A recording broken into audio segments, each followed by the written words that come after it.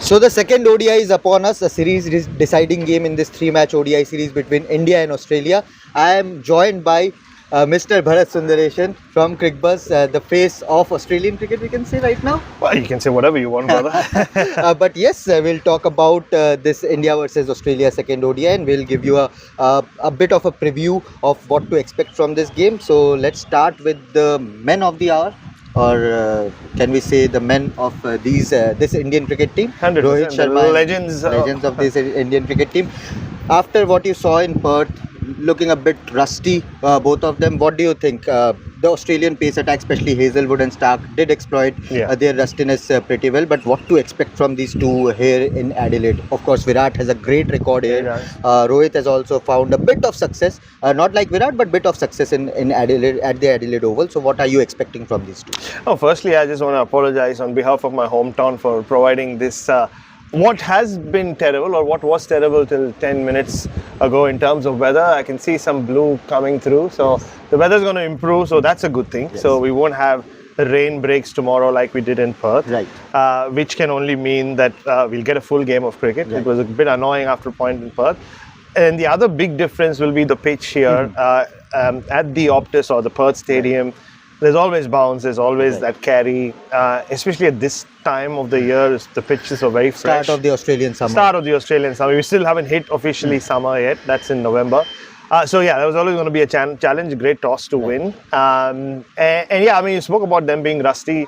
I think it's understandable. I think it's not rusty in terms of what they're doing with the bat, but just the rhythms of international cricket. This is the first time both of them, when they've not been injured, have been away from international cricket for 7 months because India plays so much.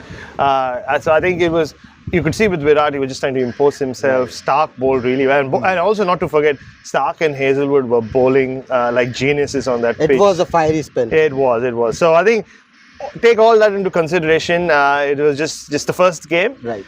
This pitch will suit both Rohit and Virat, and like you said, Virat Kohli's final appearance here in his favourite city outside of India. So let's see how it goes. It's officially a sold-out affair, and the crowd is going to be electric here. And Adelaide Oval has always produced some great crowds, whether it is pink ball test or whether it's a white ball game. So expect plenty of support for the Indian team. It was 95-5 for the Indian team in Perth, and expecting the same here in Adelaide. Maybe 92-8 because there will be a lot of Indian fans. There's a lot of hype around this match, this series, and unlike in Perth, I've been seeing hoardings promoting this game all around the city for a while now, for maybe 3-4 weeks out. And just speaking to the SACA as well, the South Australian Cricket Association, they've been very excited about what this game means to the people of the city, especially the rising number of Indian migrants who live here.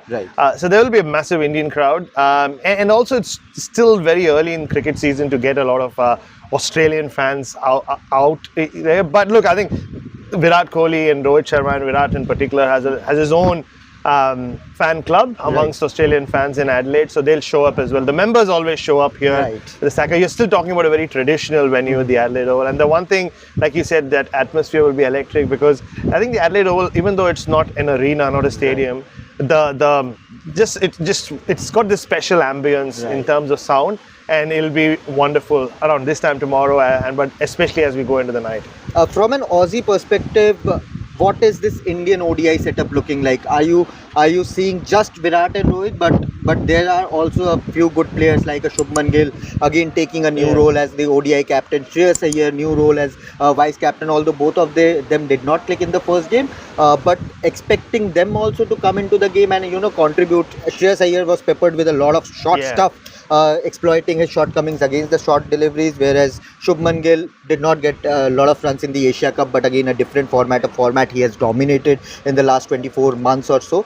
So expecting them also to come into the game with the bat? Yeah, I think so. And I think with Shubman Gill, Australia knows Shubman Gill really well. He obviously made his test debut famously in 2020, and that innings he played in Brisbane.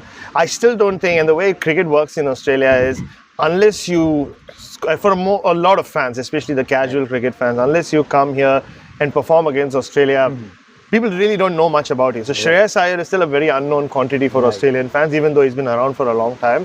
if anything, they're really surprised that Yashasvi Jaiswal hasn't got a go yet, because they all saw what he can do. I mean, the 100 in Perth, but just overall the way he batted. So I think it's more about that. Everyone I've spoken to is wondering why he's not playing, and where Shreyas Iyer and the others fit in. But I think it'll be about there will be focus on Gill up after Kohli and Rohit for sure. And I think the other favourite cricketer or Indian cricketer for Australian fans, they've learned to kind of grudgingly admire him, is Mohammad Siraj. I think he left a big impact on Australia over the last 2 tours. He obviously gave Travis Head the famous send-off. But I think they all watched that India-England series very closely.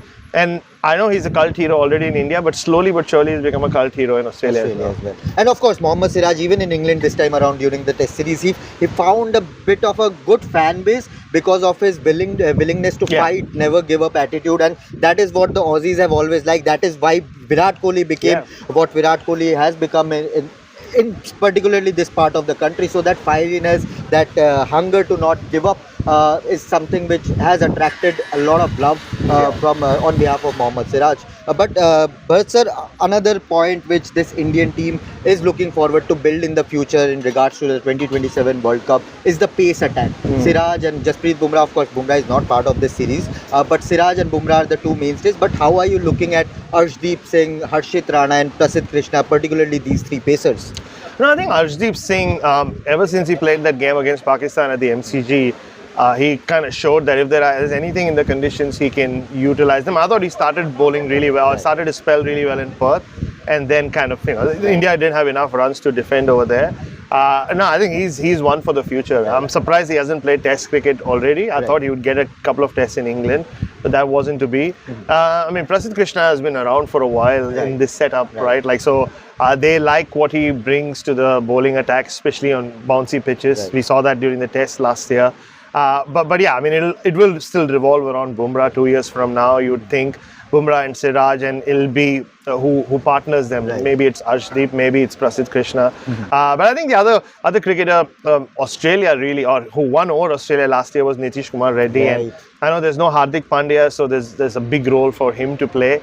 So I'm really excited. I think he's a much better bowler than what we've seen so far from him in international cricket, and hopefully we get to see that in the series. Oh, absolutely, someone whom India are looking to groom beyond Hardik Pandya. And of course, you had a question for Sitanshu Kotak regarding Nitish Kumar Reddy and his improvement since he made his Test debut here in Australia during the Border Gavaskar Trophy. But Bharat sir, talking a bit about the Australian team, of course, the Ashes is around the corner. Lot of hype around the Ashes. Pat Cummins is not part of this particular series or particular tour during his due to his injury, but Mitchell Marsh stole the limelight in that with that kind of a knock. So Mitchell Marsh as the ODI captain, Travis Head the local boy, there is a bit of firepower, although it's a bit of an inexperienced lineup, but still a lot of firepower in that Australian batting unit. So what are you expecting them to do here? Oh look, Travis Head has made 100 in the last 3 Test matches he's played here, twice against the West Indies and last year against India.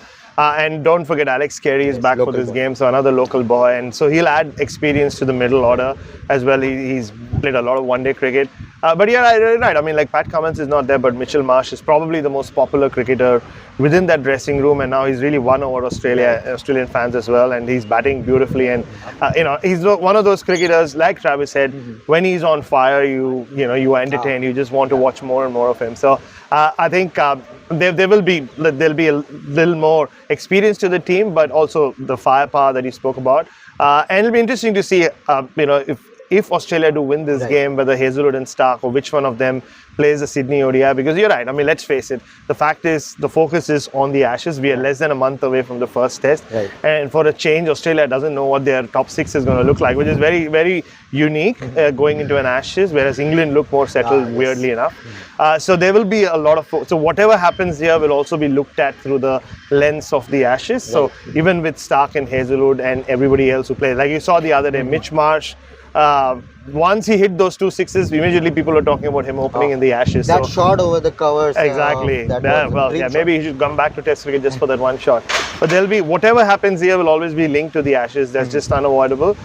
The only way that doesn't happen is if Virat Kohli or Rohit Sharma, Virat in particular, does something. That delivery by Josh Hazlewood against Rohit Sharma, which got him out, that was a peach of a delivery. Perhaps the delivery of I don't think that will be beaten in this ODI series at least. Josh Hazelwood, Mitchell Starc, two mainstays of this Aussie pace attack. What is first? My first question is Hazelwood the best pacer in this current time? And then of course, what to expect from Mitchell Starc and Hazelwood? Do you expect them to rest up ahead if they win this one in Adelaide in the Sydney ODI? It depends, like, because we know for a fact that both of them are going to play one Shield match. Now, whether they play that one Shield match together or they're split up, we'll have only the selectors know. But if they do win this series, I don't think it'll matter so much that whether the series is 2-0 or 1-all. It'll be more about what the selectors think, how many overs they need. And like, it's overs and recovery. Because they are coming off a break. They didn't have to bowl too many overs in the West Indies when we were there, because West Indies didn't last for too long. But they are probably in the best rhythm they have been in the last 3 or 4 years. So even though Starc is 35 and Hazelwood is almost 33, they're bowling as well as they ever have. So I don't think the worry is that at all. It's just more about like who after them, like, once their time has come. And I think Australia have also managed their fast bowlers so well over the last few years. That's why you're seeing the longevity from all of them. Right. The first part of the question, Hazelwood, although I am pretty sure a lot of Indian fans are going to argue about Jasprit Bumrah, but Hazelwood, with the way he's bowling in across format, I think he's at the best he has bowled so far in his career. Oh yeah, I think it's 1A, 1B. You can say, depending on the day, Bumrah could be better than Hazelwood and vice versa. I think you're right. He's become, even with this mix, when you look at Starc, Cummins, Hazelwood, I think Hazelwood is the best all-format bowler, especially in the last 5-6 years. His bowling through the IPL has just he's taken it to the next level. And there's always this debate about, should Boland play ahead of him? I don't think, if you speak to anyone who understands how cricket works, I don't think anybody, including Scott Boland, will ever agree that they are a like-for-like replacement. Hazelwood just operates at another level. And he is the first pick in many ways. But having said that, Mitchell Starc's also just, for a while, it felt like he'd lost his way in Test cricket, but now he's back. So now I think both of them are at the peak of their powers. Last two questions, very quick ones. Of course, you said at the start of the video that this pitch is going to suit the Indian batters a bit more. So your prediction, are you seeing India making a comeback and equalizing this series? Number one, I'll ask the second question after you ask. I really hope so, because we've had 2 Shield games here at the Adelaide Oval over the last 2 weeks, and the pitches have been pretty flat. So a lot of runs have been scored, a lot of hundreds have been scored, a different format, I know, but generally the Adelaide Oval pitches, if you ask anyone who's come to Australia, or even now Australian batters, this is one pitch that they want to put in their pocket and carry with them everywhere. It's a very true pitch, and I think, whether they score runs or not, they can't have any complaints about the conditions here for not scoring runs, is one way of putting it. I hope India make a comeback so that our trip to Sydney is worthwhile.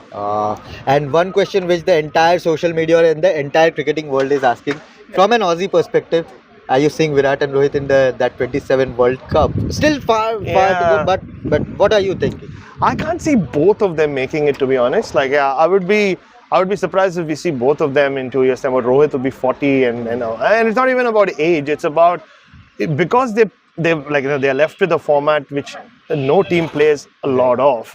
So yes, they'll have the IPL, and because Indian players can't go play anywhere else either. So how much ever they train, within their wherever they live now, right now, London and Bombay or wherever. But I think I can't see them having enough rhythm to get there. And also, when you look, we spoke about Yashasvi Jaiswal earlier. This generally with the 2-year mark is when teams start preparing for the next World Cup, right? Especially in 50-over cricket. So are you building your batting lineup around someone who would be 40 at that point? You don't know. So maybe one of them makes it to South Africa, but I'd be very surprised if both of them do get there, because 2 years is a long time. And I don't think India plays enough one-day cricket for them to get enough. You can talk about domestic cricket, but one-day international cricket for them to have enough games on the trot to get the rhythm that you need to be there. And because it's not all about fitness, right? It's not about cricketing fitness. So that's my take. We'll see how it goes. Just to end this video, we saw at the end of India's last practice session here at the Adelaide Oval, we saw Yashasvi Jaiswal having a bit of a chat with Gautam Gambhir, Shiv Sundar Das and Chief Selector Ajit Agarkar. Read between the lines, because I can't at this moment, as he's the expert. As Bharat sir said, that 2 years Is it going to be enough ODIs for them? We'll see. But for now, we are hoping that India equalize this series so that, as he said, we'll go to Sydney with a hope that we get a cracking series decider there. But thank you so much, Bharat sir, for joining. No problem, And boss. Welcome to Adelaide. Welcome to Adelaide. Keep liking, sharing, and subscribing our content, and stay tuned to Revsportz for everything from this Australia talk.